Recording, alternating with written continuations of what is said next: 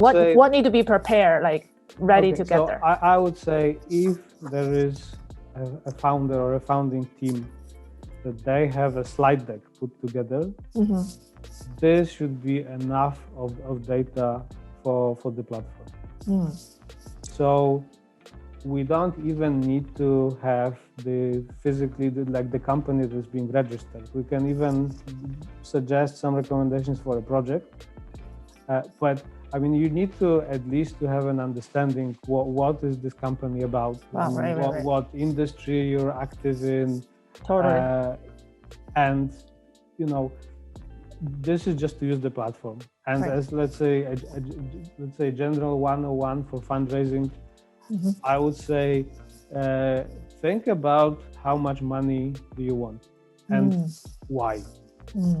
And you know, if you are just, this is from our own personal experience, because let me put it like this: we have a unique perspective on the whole ecosystem, startup ecosystem and fundraising, because all of us are outliers. I mean, we're all immigrants.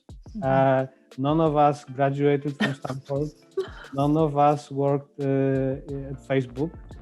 So, you know, there obviously are stories of people, you know, fundraising 5 million in Silicon Valley based on one slide. Yes. But usually those are people who either were good friends with those investors, or they just exited from a startup, or they graduated from Y Combinator. So there was, you know, but if you are, let's say, completely new and you don't have any connections with the industry, especially in Silicon Valley, I would suggest trying to raise as little as you can get away with, and trying to raise from, I don't know, family and friends, maybe some local angels, because every external person giving you even $1 investing in your startup validates the idea, and you become more investable in the eyes of the other investors. So I would say a much more efficient and realistic strategy is first trying to raise $10,000, maybe 50, then try to raise your first $500,000, and you know, like make gradually those smaller and more manageable. That's true. And also from our own experience, I would recommend raising as little as you can get away with, because you don't want to dilute yourself too much.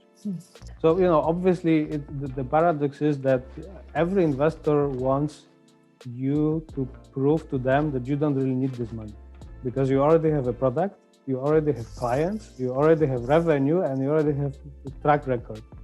So it's almost like, if I have all of this in place, why the hell do I need external funding? Right. But for them, this is a low risk value proposition. But you know, if you don't have any of those elements, like for example, you have a product but you don't have any users yet, or you have users but they are not paying you yet, this will be reflected in the valuation, and also you need to manage your expectation as far as how much people are willing to invest in you.